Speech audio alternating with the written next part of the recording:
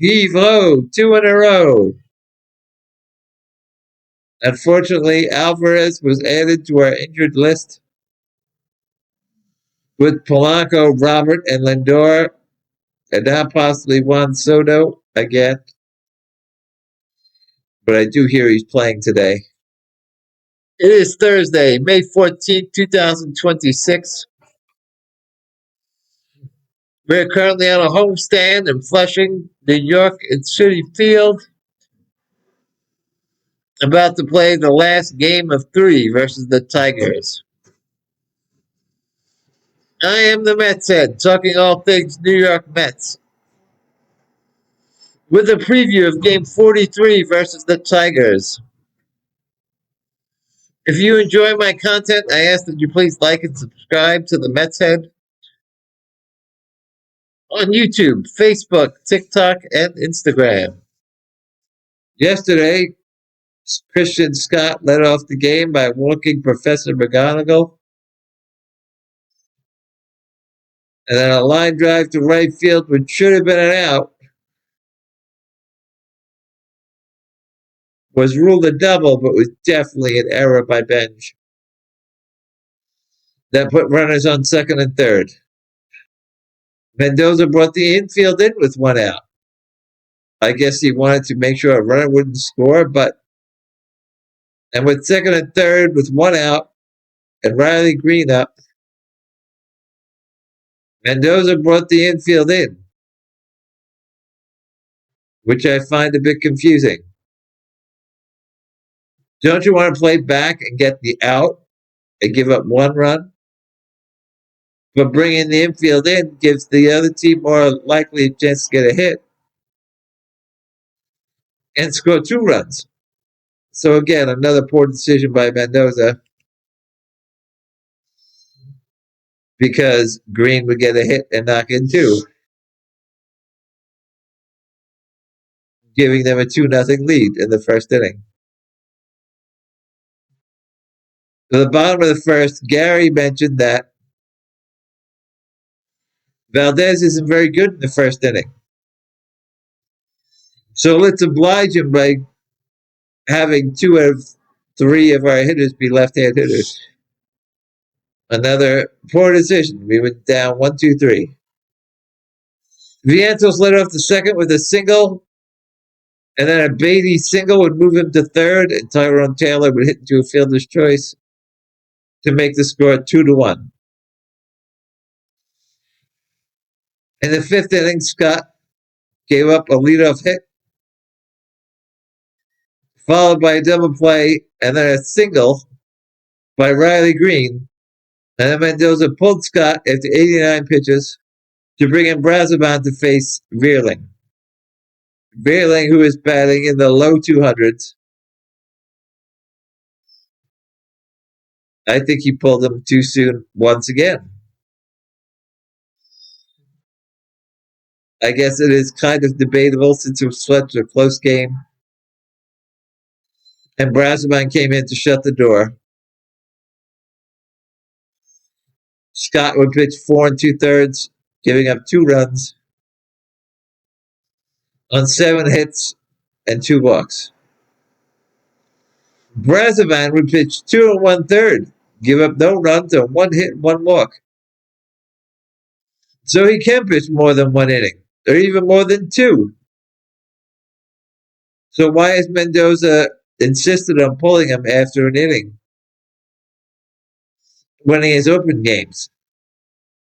Now, in my opinion, Brazoban should not be opening games. It should be Tobias Myers, but Brazoban shows he can pitch longer. I prefer they hold Brazoban back to when he's really needed, like in this game. Then in the 7th, with 2 out, Torrens drew a walk. Benj got a base hit. And then Bo got another one to tie the game at 2. Then an attempted double steal ended with Benj being thrown out at home. Aggressive base running, I like it. Weaver would pitch the 8th. Williams would pitch the 9th. and also rarely threw a scoreless inning in the 10th. Then at the top of the 10th, with Torrens as the automatic runner at second base, Benj got another hit for the walk-off win. Benj went 3 for 5 with the game-winning RBI. Bo Bichette also got a key hit. I still disagree with Benj leading off. I think we have too many issues in the middle of our lineup. And I think Ewing should be leading off right now against right-hand pitchers. I think Benj has earned his role in playing against both righties and lefties.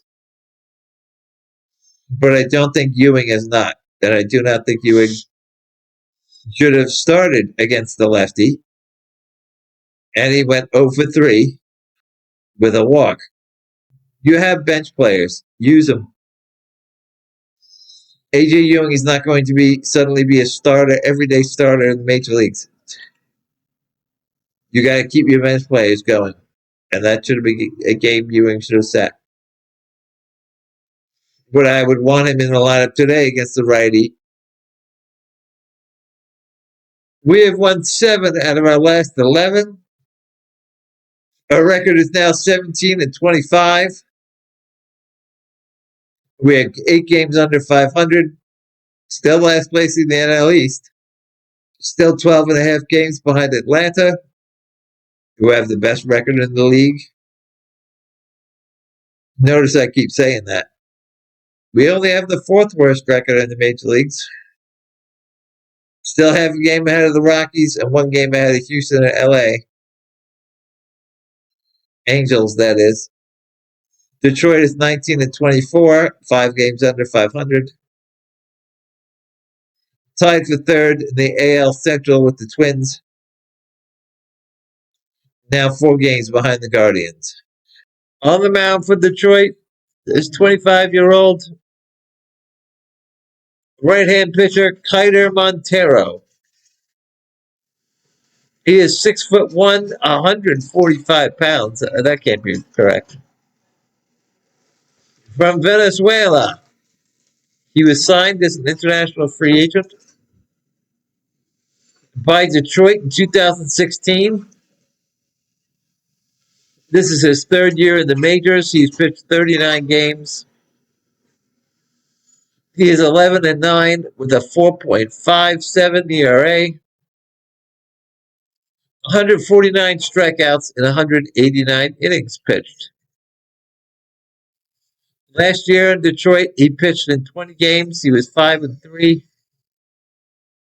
with a 4.37 ERA and 72 strikeouts in 90 innings pitched. This year so far, he's pitched in 7 games. He is 2-2 with a 3.18 ERA and 29 strikeouts in 39 innings pitched. My suggested lineup for the Mets today would lead off Ewing. I would bat Bichette second. He is 1 for 3 with a double against Montero. Soto third at DH. Vientos fourth. Now that Alvarez is out, I don't think there's any debate over who should bat fourth. It should be Vientos. I did hear someone suggest trading for Soler. I think Soler would be a great addition to the team. You could easily bat him fourth. Slide everyone else down, but you don't want to give up too much for him. And you're going to have some guys coming back soon. Hopefully Polanco and Lindor. But Soler would be a great addition. I just don't want to give up too much for him. I think Ben should bat fifth and should stay fifth for some time. They have had so much trouble stabilizing the middle of that lineup. So many of their lefties not doing so well, but Benj is doing well. I would like to see Benj batting fifth. Then Semien sixth. Bailey seventh. Now, Torrens is going to sit today for Sanger. Sanger should bat ninth. I think eighth, they should put another right-hand hitter. Either Slater, Bruhan, or Taylor. Put them in left field. I think they should save Melendez to be a pinch hitter later in the game. For Sanger if needed, because Sanger is not a good hitter. On the mound for the Mets is the 24-year-old right-hand pitcher Nolan McLean. He is 6'2", 214 pounds. Drafted by the Mets in the third round in 2023. Skeens was the first pick overall. Dylan Cruz went number 2. Wyatt Langford was selected 4th. Jacob Wilson went 6th. Our first pick was Colin Huack, the shortstop, 32nd pick overall. Last year, McLean pitched in 8 games. He was 5-1 with a 2.06 ERA and 57 strikeouts in 48 innings pitched. This year so far, he's pitched in 8 games. He is 1-2 with a 2.78 ERA and 57 strikeouts in 45 innings pitched. Minnesota has released their lineup. Professor McGonagall leading off again. Colt Keith moved up to number 2. Riley Green, number 3. Dingler moved from 2nd to 4th today. They're loading up on those left hitters. 5 of their first 6 hitters are lefties. Workman is batting 5th at second base today. Colt Keith's at third base, I just realized. McKinstry has now been moved to right field. He has not been having a good time at second base. It really seems like Detroit's missing Javi Baez and Gleyber Torres.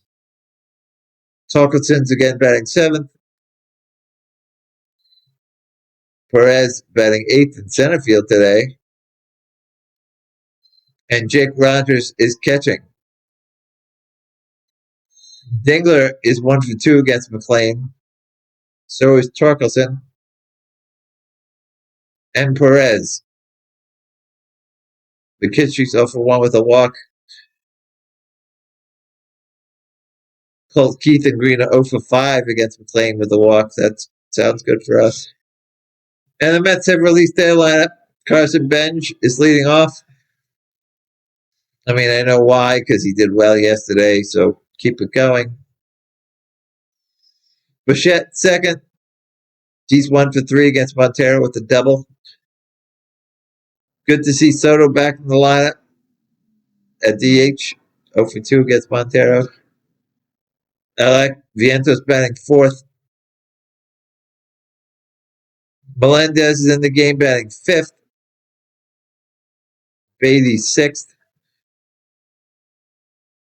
Semien 7th. I'm not really happy about Semien batting 7th, considering it has one of our highest averages of runners in scoring position. He is 0 for 1 with a walk against Montero. A.J. Ewing's batting 8th, and Sanger is batting 9th. Mostly there's the guys I would want in the lineup. Maybe some slight tweaks I would expect, but no big deal. Still not that confident in this lineup. But we've been winning. So let's go, Mets go. Until next time, I'm one gone.